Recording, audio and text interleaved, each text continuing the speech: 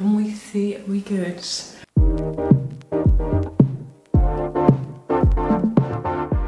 Hello, I'm bringing you a new video sharing 4 of my favourite tips for getting out of a fitness plateau. I thought this would be useful just because I'm pretty sure we all experience this at some point during our fitness journey, if not once, a few times possibly. So just thought I'd sit down and go through my favourite tips. This is also something that I feel like I've had quite a few questions about on my Instagram and stuff, and whenever I do a Q&A box I keep thinking, right, I will sit down in my kitchen and film a full video on this. So firstly is to actually check if you are in a fitness plateau, for example with your training plan. I'm talking about weightlifting in this sense and strength training in general. Of course you want to be progressively overloading your weights over a period of time, and also amending your training volume, playing about with different variables. We can often think we are in a plateau when, say, we're not getting past certain weights, but in actual fact you might be increasing either your volume or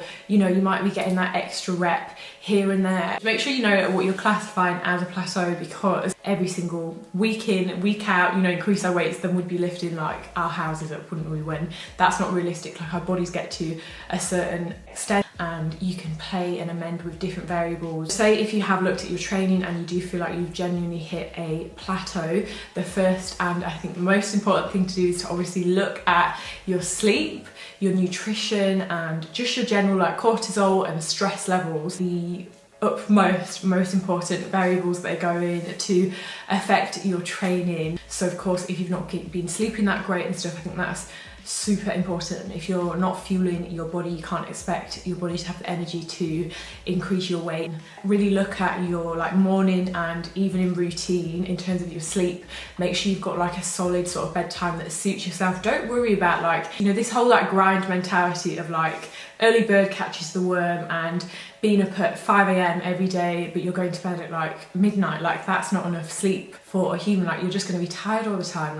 Why not actually look at something realistic? Obviously, of course, if 5 AM suits you and you can be in bed for 9 PM, then great, but I don't think that's that realistic, is it? Especially if you've got a social life and things like that. So just look at different variables and get realistic. There's no point sort of telling yourself, right, I'm going to be up at 5 AM but you're in bed at 1 AM, you're just going to be absolutely shattered and be set yourself up to most likely snooze that alarm. So look at your morning and night routine, find a bedtime that suits yourself and aim for at least 7 to 8 hours for optimal sleep. You want to make sure you're getting enough deep sleep in that time. That is where your body recoups and heals itself, especially with your muscle fibers and cells. And I just think having a nice routine and not trying to work up until 5 minutes before your bedtime, because your mind's still going to be racing and you're not going to be as relaxed and likely to fall asleep straight away. I will literally talk about sleep until I'm blue in the face. It is just the absolute game-changing thing. And then of course with your nutrition,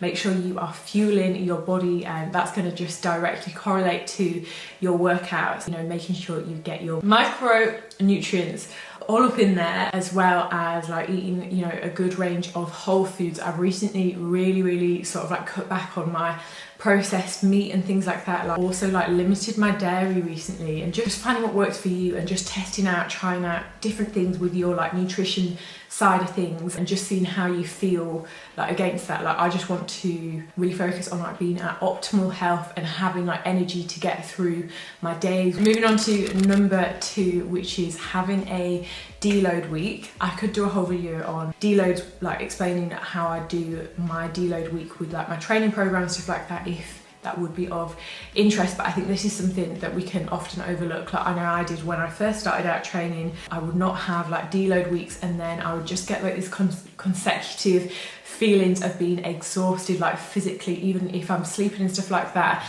And I just found I wasn't getting any sort of PRs, being able to... Now he's just snoring in the background. Hello! She kills me. So yeah, looking at doing incorporating deload weeks into your training schedule. Fatigue accumulates over time, and before you know it, you're just having really crappy sessions, and especially if you're feeling like you're just lacking in motivation, it is most likely because you haven't had a deload week. I remember having my first deload week, and my God, the difference in just how I felt in my training sessions was absolutely crazy. Like, you know, when you feel like your quality of training is really good, you're putting the time in, you're planning your workouts, but say if you're one of these people who has just got absolutely loads of motivation for the gym, you're killing almost every session, you know, you can just be overdoing it. Just don't forget that the most beneficial times that your body can take is just having a bit of like time off, less sort of strenuous, constant pushing yourself. You'll really feel and reap all the benefits from that. Next is change your frequency of training. So if you have just kept up the exact same routine like for say 2-3 months and you're just not really reaping the benefits or feeling your gains, or you just don't feel like you're progressing forward, you could look at how often you're specifically like weight training. Am I doing too much? Am I doing too little? Are you not putting that much actual effort into your workouts and you're just kind of like coasting by? Then you can look at how often you're training like a specific certain muscle group. If you're overtraining, say 4 or 5 times a week, you're hitting your legs, you know, day in, day out, you're really limiting like your success, and motivation is definitely going to dip because you're just overdoing it. You want to actually enjoy your sessions. I think when you're doing like the same repetitive thing over and over, it just kills all excitement. Like, what are your actual goals? Like, is it a performance goal? Is it hitting like a PB? Is it just like maintaining where you are now currently? Like, just going back to your actual goals and getting specifics. Like, maybe if your like frequency of training is just here, there and everywhere, you know, training maybe once a week, just sort of putting in a random workout, you can't expect to repeat the same thing and expect a different outcome at the same time. Like, on frequency as well, it's really important to keep like a log. I found that changed my whole training game, to be honest, when I started logging my workouts. And it's easiest to do that like on my phone. I don't really like, I used pen and paper for a while, but like that was not for me. Just getting used to it that way so you can actually track and see where you're at. Changing and switching up your intensity of your workouts. So say if you're trying to increase your strength, say, and you're doing like 10-15 reps, you know, for strength goals, like you want to be in the 3 to 6 rep range, you know, it can be easy to fall into just that whole area of like training for one thing but you're doing the complete opposite, and then sort of wondering why you're not reaching a certain goal. But also understanding your own body type and like what your body responds to. We all have like pretty different goals. We have different body types, different body shapes, different sort of expenditure of energies, things like that. You want to look at tailoring your volume to suit yourself personally, rather than just copying like someone's Instagram workout and their rep range is thinking that you're going to look like that person. And then stripping things right back to your fit, which is your frequency, intensity, time and type of exercise. Programming your workouts like around switching up those things. Different variables like looking at your time and attention of like a certain muscle group and slowing things right down.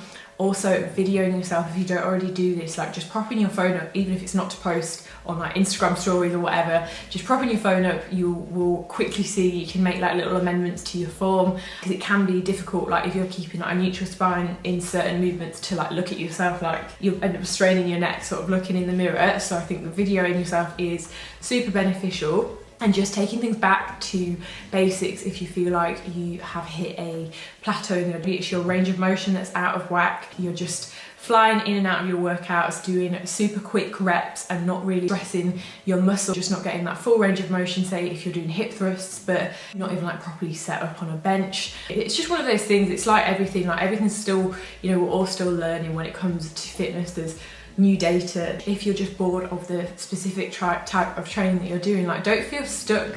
Say if you just don't really enjoy strength training or like weight training, try something new, try something different. There's no like one size fits all. In this past like week I've gone on 2 runs, which I haven't done in a while, shall we say, and it's just so nice and it keeps things fresh. Like switching up your workouts from always working out in the gym to like just doing a HIIT workout like outside. Like it doesn't always have to be like one, you know, like one way. I hope you enjoyed this video. I wanted to just get to the point with this one, not go on and on and on. Let me know what you would like to see next on any other like sit down informative videos. I love filming these, and I would love you to stick around by liking and subscribing, and I'll see you in the next video.